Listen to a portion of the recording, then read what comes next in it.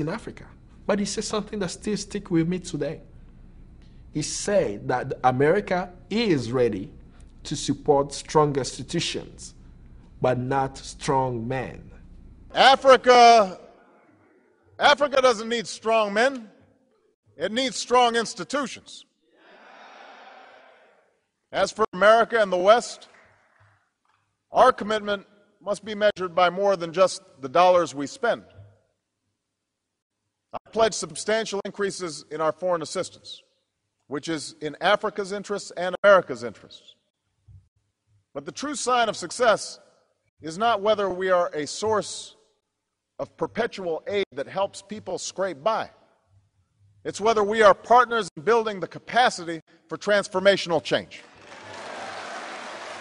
So, there are a whole series of things that can be done, keeping in mind that the ultimate solution is going to come from the Congolese people themselves. Our role on the outside is to make sure that we create the space for them to solve and address the challenges that they face. There's a strong desire for democracy in Congo, with leaders poised to start fixing their country. But key to their success is international pressure on Rwanda and Uganda to stop their destructive intervention. President Obama seems to understand this. For years, he has been an advocate for Congo, and as a senator, he co-sponsored a law that outlines a comprehensive strategy for Congo to realize justice. But key elements of this law have not been fully implemented.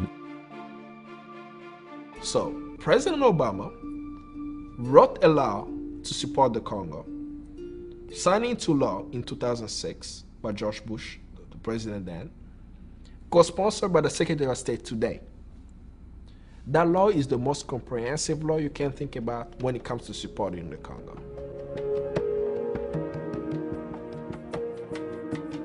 Now we have a law that says that the Secretary of State has the power to withhold aid to any nation deemed to be destabilizing the Congo if she has sufficient evidence that this country is doing so.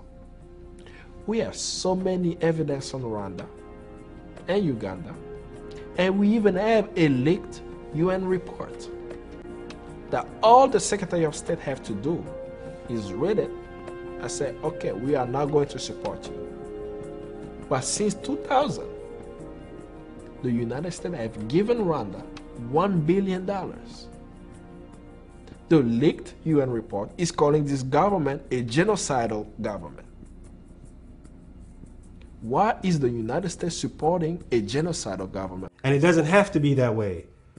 You do not have to slaughter millions of people to get access to the cobalt for your colored television, or access to the cobalt for your aerospace industry, or access to the copper for your automobile industry. All right, you dealing with the economy, you want the coltan. Man, Congolese people don't eat coltan. Congolese people can't eat gold. Talk to the Congolese people, we're gonna let you get the resources, but for God's sake, stop killing the people, stop letting Rwanda, Uganda, and Joseph Kabila kill with impunity.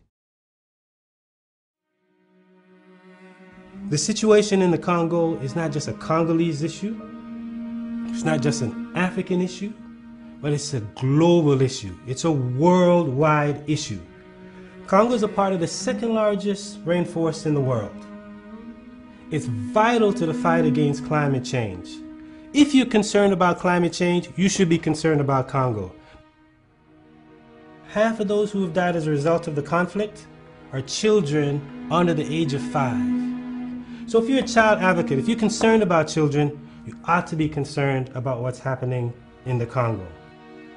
If you're concerned about women, if you have a mother, a sister, you ought to be concerned about what's happening in the Congo. If you drive an automobile, or fly in airplanes, or own a cell phone, as a human being, at the very least, you ought to be concerned. You ought to say something. You ought to want to find out why this is happening. You ought to be moved to want to bring an end to it.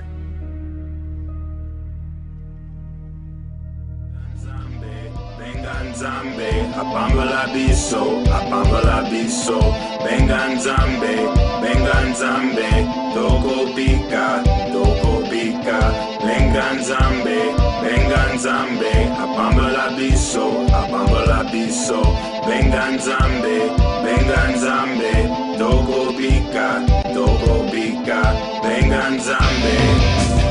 8 out of 10 people in Congo are unemployed and live on 30 cents or less per day. À Kinshasa, 9 filles des rues sur 10 vivent de la prostitution. For Congolese children, the tragedy is endless. Massacred in their villages by machetes or recruited as child soldiers, hundreds of thousands of children are victims, and many have become murderers. So as we look at what's taking place, the quickest way to end the conflict in the Congo is global pressure.